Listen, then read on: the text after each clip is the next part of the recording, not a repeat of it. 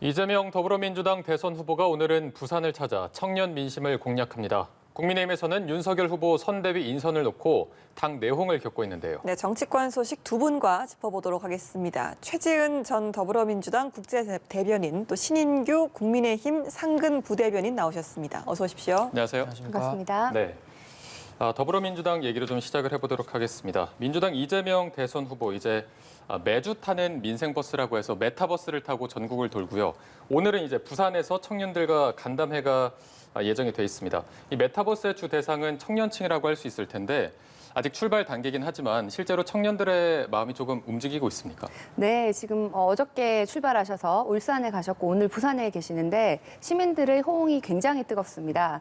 보통 이 청년 정책이라고 하면 우리가 청년들은 어떤 것을 좋아할 것이다 이렇게 청년이 아닌 사람들이 만들어서 청년들을 위하는 척 발표하는 경우가 많은데 이재명 후보 같은 경우에는 직접 민심 속으로 청년들과 함께 이렇게 들어가자라고 해서 일주일에 지금 3, 4일씩 8주간 계속 이렇게 버스를 타고 전국 각지를 순회를 하면서 청년들과도 현장에서 만나고 교류할 생각을 가지고 있습니다. 네, 이게 민주당 얘기긴 하지만 이 메타버스 청년층 표심 공략하는데 어느 정도 효과가 있을 것으로 분석을 하고 계십니까? 저는 일단 이게 쇼로 보이지 않기 위해서는 조금 더 본질적인 면에 이재명 후보가 답을 해야 된다고 저는 생각을 합니다.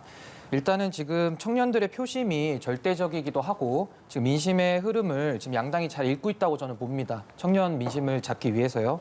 청년이 캐스팅 보터 역할을 할 건데요. 지금 청년들의 관심은 부동산 문제, 그리고 일자리 문제, 그리고 미래 위기에 대해서 지금 모든 관심이 다 거의 목숨을 걸고 청년들이 지금 고민을 하고 있는데요. 이 대장동 이슈가 사실 부동산에 관련된 문제이기도 하거니와 공정과 정의를 무너뜨린 이 부패 척결이 안 되는 그것이 아니라면 무능한 행정의 전형일 텐데요. 이재명 후보가 메타버스를 타면서 그게 쇼가 안 되기 위해서는 맨날 합니다라고만 외칠 것이 아니라 지금 청년들이 원하는 거, 진실을 밝히자는 거 아니겠습니까? 그거에 대해서 답을 해야 이게 쇼가 안 될 거라고 저희는 생각하고 있습니다. 예, 매번 선거철마다 좀 핵심 공약층이 2030 세대가 되는 것 같아요. 이번 선거도 역시나 좀 MZ 세대에 대해서 좀 핵심 공약들이 많이 쏟아져 나오고 있는데 실제로 양당의 경선 과정에서는 2030들의 표심이 2위로 낙선했던 이낙연 후보나 홍준표 후보에게 몰리기도 했습니다. 당에서는 현재 2030 세대 표심 어떻게 보시고 계시는지요? 2030 같은 경우에는 진영이나 이념을 떠나서 정치적 효능감, 내 삶에 얼마나 도움이 되는지를 가지고 충분히 이동을 할 수 있는 그런 세대라고 보입니다. 이재명 후보 같은 경우에는 2030을 타겟으로 한 여러 정책을 지금 내놓고 있는데요. 가상자산에 대한 세금을 유예하는 방안이라든지 기본 주택과 같이 청년들이 쉽게 주거와 일자리와 모든 것이 다 해결될 수 있는 그런 방안들을 내놓고 있기 때문에 이번에 메타버스와 같은 것을 통해서 청년들이 충분히 거기에 대해서 알고 나면 이재명 후보를 지지할 가능성이 매우 높다고 보입니다. 예, 국민의힘에서는 이 2030 세대에게 정치적 효능감 얼마나 주고 계신다고 생각하시나요? 일단은 제가 지금 30대 중반입니다. 제가 지금 2030으로 우리 당에 들어왔고요. 일단은 윤석열 후보도 지금 이제 잠시 지지율이 높기 때문에 여기에 착각에 빠지면 저는 안 된다고 생각합니다. 냉정하게 현실을 직시해야 되고요. 저는 민주당의 4대 전략을 제가 한 주 동안 분석을 좀 했습니다. 외우기 쉽게 물친 돈타라고 제가 정리를 했는데요. 네. 물이 물타기입니다. 첫 번째는 지금 특검 얘기 계속하면은 맨날 곽상도 얘기만 하고 왜 안 부르느냐, 돈이 어디로 흘러가느냐 맨날 이 얘기만 하는데요. 이재명 후보께서 2017년 2월 8일에 기자회견을 했습니다. 그때 특검 연장을 해달라고 본인이 직접 기자회견을 하셨고 정성호 의원도 옆에 계셨는데 특검 연장 기자회견까지 하셨던 분이 지금은 이거 이제 물타기 하면서 피하고 있고요. 두 번째 침대 축구인데 침대 축구 하면 굉장히 재미가 없습니다. 이거 지금 소나기 지나가기를 바라고 있는 것인데 소나기 지나면 저는 우박이 내릴 것 같아요. 그래서 이거 조심해야 될 것 같고요. 그렇게 비판하던 과거의 검찰, 박근혜 대통령 현직일 때 소환해서 구속까지 시켰습니다. 지금은 특검 자체를 거부하고 있거든요. 그러면서 수사가 하나도 안 되고 있고 지금 현재 검찰은 이재명 후보 소환까지도 아닙니다. 정진상 실장 부르지도 않고 있습니다. 세 번째가 돈뿌리기인데요. 이제 돈뿌리기에 대해서는 청년 세대들이 듣는 것조차도 지겹습니다. 지금 김부겸 총리께서도 이런 정책 나라 곳간이 부족해서 못한다고 하는데 민주당은 지금 다른 곳간을 얘기하는 것 같습니다. 돈이 많다 그러고요. 마지막으로 이제 타임머신인데요. 타임머신은 이제 해방가요를 또 튼 거죠. 이제 또 친일 프레임으로 또 토착외고 시즌2를 시작하시는 건데 저희가 다 그 전략이 읽힙니다. 지금 BTS가 세계에서 빌보드 차트 1위를 하는 지금 이런 나라가 됐는데 아직도 해방가요 틀고 아직도 친일 프레임으로 가둔다면 저희 국민의힘이 당대표가 85년생이고 제가 86년생입니다. 이제 더 이상 그 프레임 안 먹힌다는 거 미리 말씀드리겠습니다. 네, 지금 물침 돈타, 물타기 침대 축구 돈 뿌리기 타임머신이라고 좀 비판을 해주셨는데 여기에 대한 답변을 좀 들어볼 수 있을까요? 뭐 돈 뿌리기 관련해서는 지금 윤석열 후보가 50조 주자고 하시는 거 아닙니까? 그럼 이재명 후보가 뭐 1인당 25만 원 이렇게 얘기를 하는데 1인당 100만 원씩 주자는 것을 야당에서 한편으로는 뭐 나라 곳간 얘기하면서 또 후보가 그렇게 얘기를 하는 것에 일관성이 좀 없어 보이고 뭐 2030 세대 같은 경우에는 실제로 효능감 있는 정치 그리고 얼마만큼 그 세대와 소통을 할 수 있는지를 볼 텐데 뭐 나는 뭐 집이 없어서 청약 통장을 못 만든다. 뭐 일주일에 120시간 일해야 된다. 이런 분이 과연 2030을 얼마만큼 대변을 하는지 의문이 납니다. 저는 이준석 대표가 좋은 희망이라고 생각을 합니다. 이준석 대표 때문에 국민의힘의 2030 세대들이 많이 들어간 것은 사실이지만 국민의힘은 결국은 꼰대 정당이다. 그 후보조차도 청년을 대표하지 않는다. 이런 실망감 때문에 지금 2030이 국민의힘을 떠나고 있습니다. 여기에 대해서 민주당만 잘못했다, 민주당이 이상하다라고 얘기를 하는 것은 국민의힘조차도 2030을 대변할 자격이 없다고 보입니다. 저 하나만 반박을 할 시간 네네, 주시고요. 해주시죠. 지금 돈 뿌리는 거를 똑같이 놓고 얘기할 수가 없는 것이요. 헌법에 손실보상이라는 게 나옵니다. 국가가 하도록 돼 있거든요. 의무 규정입니다. 이거 지금 방역을 위해서 소상공인이나 자영업자들이 영업을 못했습니다. 1년, 2년째 지금 이렇게 위기가 장기화되고 있어요. 이게 위기도 아니고 일상이 됐죠. 이런 상황에서 손실보상하게 돼 있기 때문에 저희는 같은 돈을 쓰더라도 헌법을 지키자는 것이고요. 민주당은 손실보상 안 하기 때문에 헌법을 위반하는 것을 밝히고요. 이재명 후보님 항상 억강부양 얘기하시고 하우상방 얘기하시는데요. 그 이론에 따르더라도 저희가 50조를 제대로 쓰자라는 논의에 동의하셔야 되고 아마 김부겸 총리께서는 저희 국민의힘의 의견에 동의하실 거라고 저는 생각합니다. 네. 김부겸 총리께서 국민의힘의 의견에 동의한 적이 없고요. 두 가지를 말씀드리겠습니다. 하나는 돈 뿌리기 곳간 얘기를 하면서 지금 우리 정부나 우리 민주당에서 추진하는 것보다 4배 정도의 예산을 뿌리겠다라고 하는 것이 과연 일관성이 있느냐. 두 번째는 우리 그 자영업자들 돕자는 것은 다 공감을 합니다. 우리 자영업자 소상공인들 제 지역구인 부산을 가봐도 많이 힘들어 하시는데요. 지난번에 우리가 지역 카페 2019년에 경기도에서 지역 카페를 줬을 때 자영업자들의 매출이 30%가 올랐습니다. 그 지역 카페를 받는 자영업자들의 경우에 받지 않는 자영업자들보다 매출이 30% 올라서 실제로 자영업자들을 도와주는 것이 자영업자한테 돈 주는 것이 아니라 경기 활성화, 지역 카페 형태로 재난지원금을 주는 것이 자영업자 매출에 더 큰 도움이 된다. 이것은 이미 증명된 것이다. 이렇게 말씀드립니다. 네. 하나만 마지막으로 말씀드리면, 반론해 주시죠. 마지막이겠습니다. 코로나 쓰나미가 지금 전국을 덮쳤습니다. 쓰나미를 덮쳤을 때 누구는 옷만 젖은 사람이 있고요. 누구는 집이 떠내려간 사람이 있습니다. 그럼 같은 돈을 쓰더라도 저는 집이 떠내려가서 밖에서 추운데 떨고 있는 사람 먼저 저는 구제해야 된다고 생각합니다. 그걸로 반론 마치겠습니다. 네, 알겠습니다. 여기서 좀 마무리하고요. 두 분의 의견이 워낙 팽팽히 대립하고 있기 때문에 저희가 다음 주제로 한번 넘어가 보도록 하겠습니다. 민주당 이재명 후보의 부인 김혜경 씨가 낙상 사고를 당한 적이 있었는데 최근에 온라인이나 SNS에서 뭐 관련 글이나 논란이 좀 되고 있어서 민주당이 대응을 좀 했습니다. 사고 신고부터 수술까지 굉장히 구체적인 과정들을 다 공개를 했는데 좀 적극적으로 반박을 한 모습이죠. 네, 뭐 사실 그 후보 부인께서 아프셔가지고 의식을 잃고 또 낙상을 한 다음에 일부 신체에 이렇게 찢어져가지고 그것을 봉합 수술까지 하는 일이 있었는데 그것을 그 과정에서 마치 뭐 무슨 이상한 여러 허위 사실들이 많이 유포되고 있었습니다. 사실이 아닌 것이 도는 것에 대해서는 가짜 뉴스에 대해서는 당연히 이제 단호하게 처벌을 해야 되고 특히 선거가 앞둔 시점에서 이런 허위 사실, 가짜 뉴스를 이용해서 이익이 되려고 하는 집단이 있다면 당연히 벌을 해야 하는 것이겠죠. 네. 자, 그리고 이재명 후보가 이제 조금 전 제가 뉴스에 좀 전해드렸었는데요. 미국 연방 상원의 오소프 의원을 만난 자리에서 과거 미국의 승인으로 일본이 한국을 합병했다라는 취지로 발언을 하면서 국민의힘에서는 좀 심각한 외교 결례다라고 비판이 쏟아지고 있는데요. 이 부분도 좀 이야기를 들어보겠습니다. 예, 매우 심각한 외교 결례고요. 외교 무능과 외교로서의 그 대통령의 역할에 자질에 미달한다고 저는 생각합니다. 일단은 외교는 의전이 굉장히 중요하고요. 좀 처음 만났습니다. 외교 데뷔 무대라고도 했는데요. 이런 상황에서 딱 처음 만나가지고 우리가 사람끼리도 처음 만났을 때 예의를 갖추지 않습니까? 근데 거기에 대해서 갑자기 처음 만난 날 34살의 그 상원 의원 젊으신 분이 이렇게 우리나라에 방문해 주셨는데 거기에 대해서 갑자기 미국 책임론을 들고 나오나 굉장히 뜬금없다는 거 보고요. 저는 이거 아까 제가 그 사자성어로 말씀드렸지 않습니까? 이거는 지금 타임머신 전략 쓴 겁니다. 다시 또 국민을 갈라치기 위해서 프레임을 지금 특검 수용에 대해서 여론이 너무 높기 때문에 자기 편으로 지지층들을 흡수시키기 위한 하나의 전략으로 보이고요. 그 전략을 외교 무대에서 이렇게 대통령 후보 시절부터 사용한다는 분이 나중에 대통령이 됐을 때 얼마나 외교를 국내 정치에 활용하실지를 단적으로 보여준 사례라고 보고요. 또 하나 마지막으로 지적하고 싶은 것은 저는 역사 문제에 대해서 올바른 역사인식이 필요하다는 사람입니다. 근데 역사인식을 정치가 독점하려는 건 저는 반대합니다. 그래서 저는 김두관 의원이 지난번에도 5.18 가서 어디 더러운 손을 비석에 만지냐면서 비석을 물티슈로 닦으셨는데요.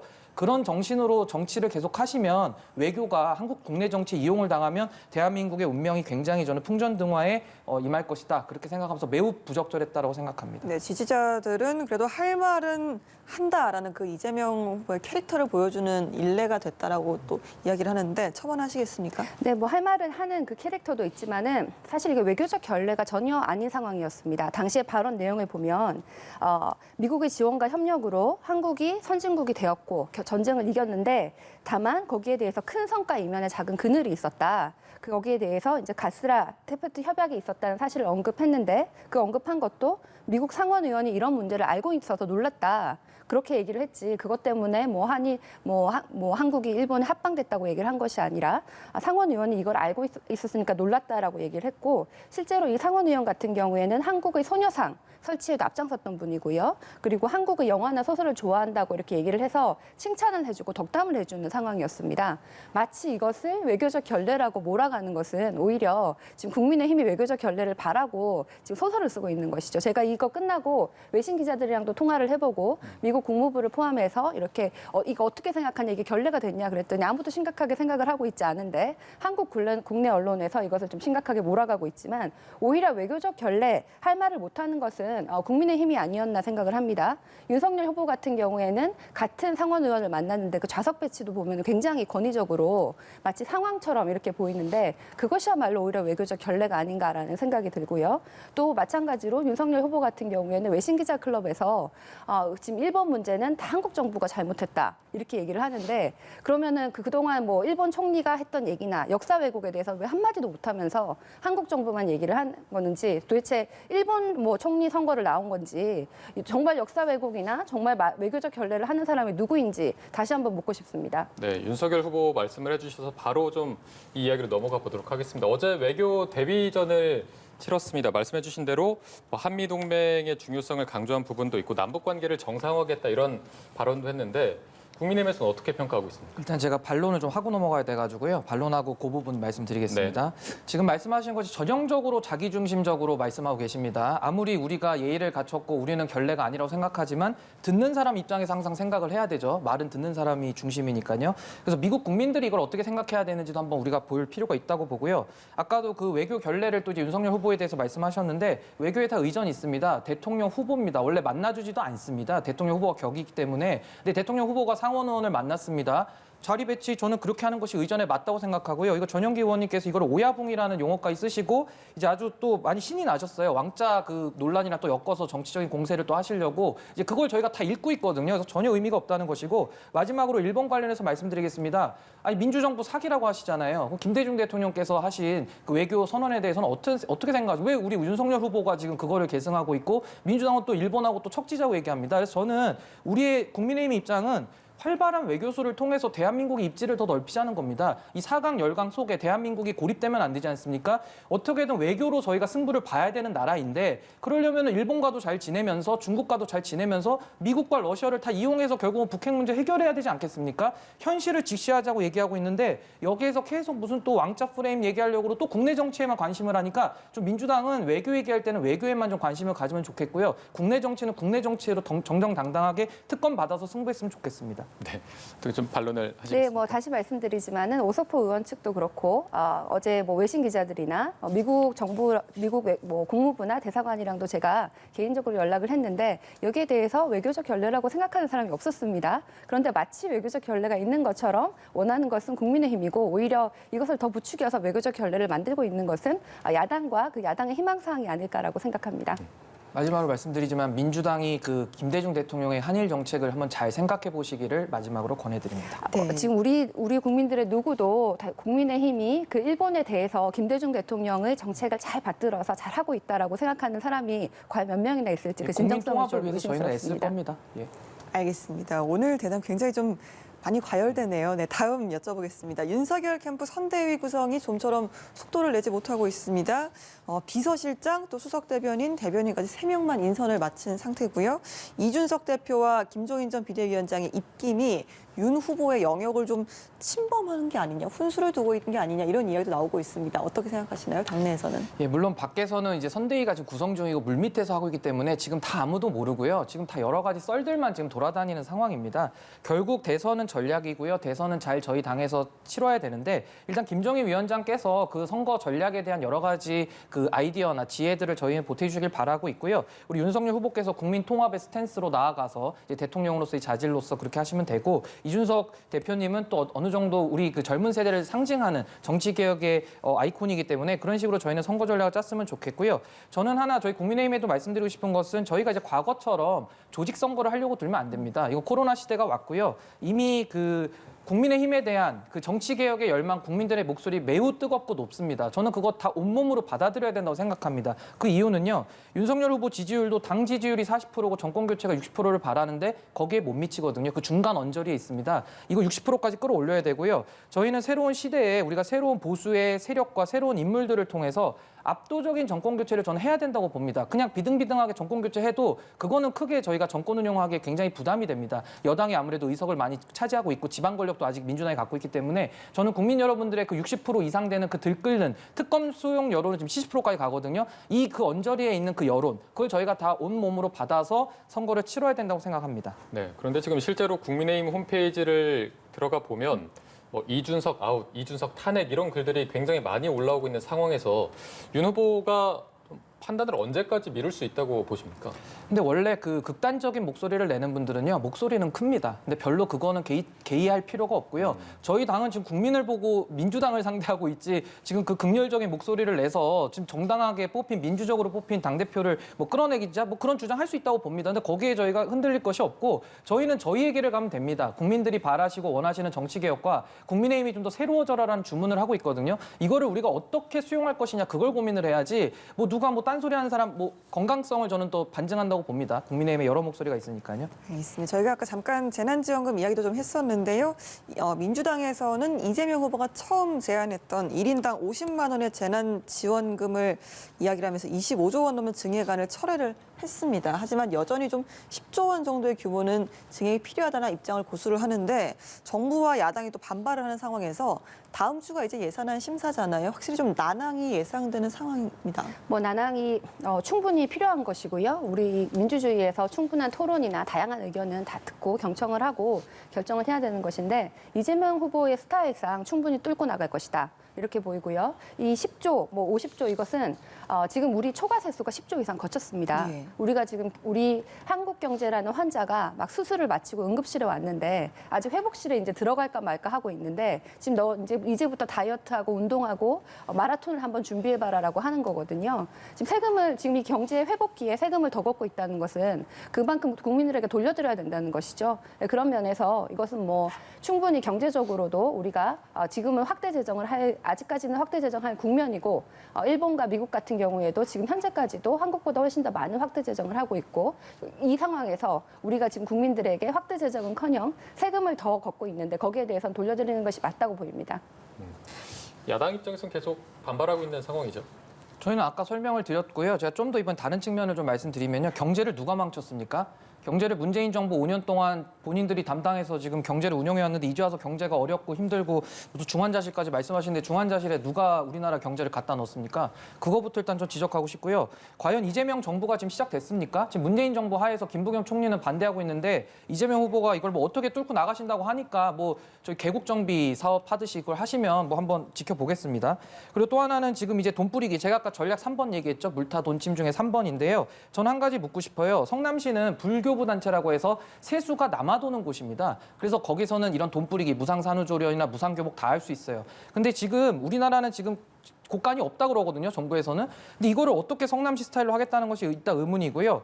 지금 경제 성장은 사실 부가가치에 있습니다. 부가가치를 늘려야 경제가 성장이 되고 이제 나라 경제가 좋아지는 것인데 이재명 후보 부가가치를 늘린 게 뭐 있는지 하나만 좀 얘기해 줬으면 저는 좋겠습니다. 저는 동의가 안 되거든요. 그래서 부가가치를 많이 만드셔서 경제를 살리신다고 하면 뭐 이재명 후보님도 기대할 수 있습니다만 저희는 그런 걸 발견하지 못했기 때문에 이분의 도덕성 논란이나 여러 가지 문제는 차치하더라도 저희는 무능의 프레임으로도 이분은 할 말이 없다. 저희는 그렇게 생각하고 있습니다. 예, 야당도 그렇지만 뭐 김부겸 총리 비롯해 기재부에서 사실상 반대를 한 입장에서 얼마나 또 설득을 할 수 있을지도 관건인 것 같습니다. 뭐 기재부는 기재부의 역할을 하고 있는 것인데요. 그럼에도 불구하고 지금 2021년 이 경제 회복기에 초과세수가 더 있다는 것은 기재부도 부끄러워해야 하는 상황입니다. 이 지금 계속 초과세수 돈 뿌리기 얘기를 하면서 우리 10조 가지고 이러는데 50조 주자는 윤석열 후보는 도대체 경제의 경자는 아는 건지 검찰총장 출신의 대통령 후보가 경제에 대해서 아무런 실행이나 실천을 한 적이 없으면서 뭐 이재명 후보가 성남 시절에 얘기를 하는 것은 좀 얼토당토 않다라는 생각이 듭니다. 알겠습니다. 마지막으로 반박 한 번만 드리겠습니다. 지금 경제를 모른다고 이렇게 폄하하시는데요. 그거 굉장히 부적절한 말씀인 거 제가 말씀드리겠고요. 윤석열 후보 헌법을 알고 있습니다. 손실보상 얘기하고 있고요. 경제를 알기 때문에 하우상박 억강부약으로 돌려드립니다. 그리고 지금 나라 국가는 김부겸 총리 걱정하고 계시고요. 홍남기 총리 2년 내내 계속 걱정하고 계십니다. 저희 국민의힘 나라 국가 걱정하고 있습니다. 야당임에도 불구하고 책임 있는 세력이고요. 미래 세대가 더 불안해하고 있습니다. 지금 미래 세대를 굉장히 우습게 보시는데요. 돈 몇 푼 20만 원, 30만 원 쥐어준다고 해서 미래 세대가 뽑지 않습니다. 부동산 문제 20만 원 받아가지고 집 살 수 있습니까? 그러면 저도 20만 원 뿌리자고 하겠습니다. 근데 안 되지 않습니까? 근데 안 되는 정책을 계속해서 돈을 뿌리면 지금 공무원들이나 월급쟁이들은 지금 소득에 아무것도 손해본 게 없는데 왜 그분들한테 돈이 다 가야 됩니까? 그거 정직해야 된다고 봅니다. 이러니까 자꾸 매표행위라는 비판을 받는 겁니다. 어저께 한 방송에서 여론조사를 했는데 청년들 정책 중에서 가장 좋은 후보가 누구냐라고 했을 때 이재명 후보가 1위를 했고 또 가장 같이 일하고 싶은 직장 상사로서 누가 지금 대통령 후보 중에 누가 제일 좋냐라고도 이재명 후보가 1위를 했습니다. 그리고 지금 그 윤석열 후보와 그 컨벤션 효과가 굉장히 있는 상황에서도 경제는 누가 제일 잘할 것 같냐 그러면은 이재명 후보가 항상 1위를 하고 있다는 말씀을 드립니다. 저 마지막에 반박드리면 그 앙케이트나 설문조사에 불과한 거기 때문에 큰 의미를 저희는 부여하지 않는다는 말씀드리겠습니다. 네, 알겠습니다. 여기서 좀 정리를 해보고요. 저희가 다음 질문도 한번 드려보도록 하겠습니다. 선관위가 어제 이제 대선 공약 개발에 관여한 혐의로 여가부 차관 그리고 과장급 공무원을 대검찰청에 고발 조치를 했습니다. 여가부는 여기에 대해서 오해다 이런 해명을 하고 있는데 앞으로의 전개 상황을 좀 들어보도록 하겠습니다. 민주당 항상 이런 거 나오면 항상 오해다, 몰랐다 이제 이런 걸로만 맨날 변명하는데요. 전 한 가지 여쭙고 싶은 게 지금 박범계 장관 법무부 장관이고요. 정치인 출신이죠. 전해철 장관 행안부로 선거 주무합니다.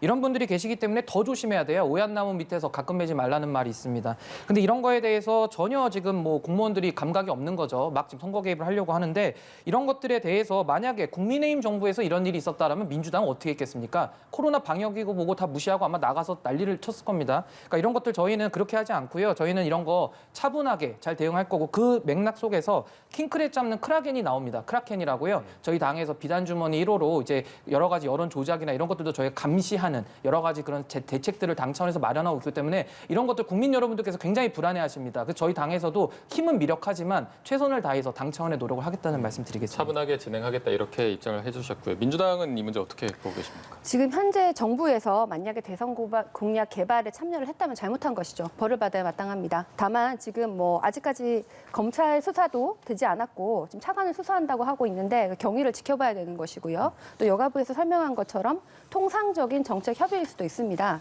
이렇게 정책을 하다 보면은 지금 현재 현황이 어떤지를 대해서 누가 물어볼 수 있고 거기에 대해서 설명을 해줄 수 있는데 지금 뭐 공약 개발이 지금 현재 정책을 잘 알아야 되는 것이고 그렇게 이것을 딱 이렇게 물처럼 이렇게 자르기가 힘든 상황은 있습니다. 그래서 좀 지켜봐야 되겠다. 근데 문제가 있으면은 뭐 벌을 받을 필요가 있다 이렇게 보입니다. 알겠습니다. 오늘 두 분 말씀 여기까지 듣도록 하겠습니다. 최지은 전 더불어민주당 국제대변인 그리고 신인규 국민의힘 상근 부대변인과 함께했습니다. 고맙습니다. 고맙습니다. 감사합니다. 고맙습니다.